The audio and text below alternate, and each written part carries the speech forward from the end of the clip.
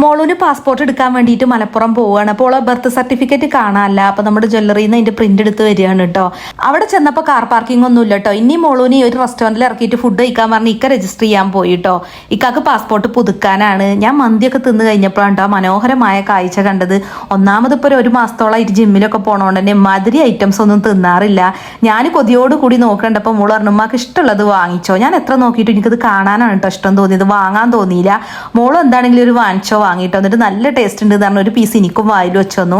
അപ്പോഴേക്കും ഓക്ക് രജിസ്റ്റർ ചെയ്യാനുള്ള ടൈം ആയിട്ടോ. 2 മണിക്കൂറുണ്ടല്ലോ ഞാൻ പുറത്തോലെ വെയിറ്റ് ചെയ്തിട്ടോ. എന്നിട്ടാണ് രണ്ടാളും ഇറങ്ങി വന്നത്. ഇക്ക പിന്നെ ഫുഡ് കഴിക്കാത്തതുകൊണ്ട് ഞങ്ങൾ നേരെ റെസ്റ്റോറൻറ്റിലേക്കാണ് പോയത്. ഇക്ക മന്തിയൊക്കെ കഴിച്ചപ്പോൾ ഞങ്ങളുണ്ടല്ലോ ഓരോ ലൈം ജ്യൂസാണ് കുടിച്ചത്. പോകുന്ന വഴി പിന്നെ ഉണ്ടല്ലോ ഋഷുവിന് വേണ്ടി ഷവർമ്മ വാങ്ങിട്ടോ കൂടെ ഞങ്ങൾക്കും. അപ്പോഴാണ് ഇക്കാൻ്റെ ഫ്രണ്ട് വിളിയോലെന്നും വൈകിട്ട് ഒരുമിച്ചാണ് കേട്ടോ ചായ കുടിക്കൽ. ഇന്നിപ്പോൾ ഞാനും മോളും കൂടെ കൂടി. ഞാൻ വെറുതെ ഒരു ആവശ്യമല്ലാതെ കേട്ടോ രാവിലെ തന്നെ ഓലപ്പം കൂടിയത്. അതുകൊണ്ട് എനിക്കിതുപോലെ ചില്ല് ചെയ്യാൻ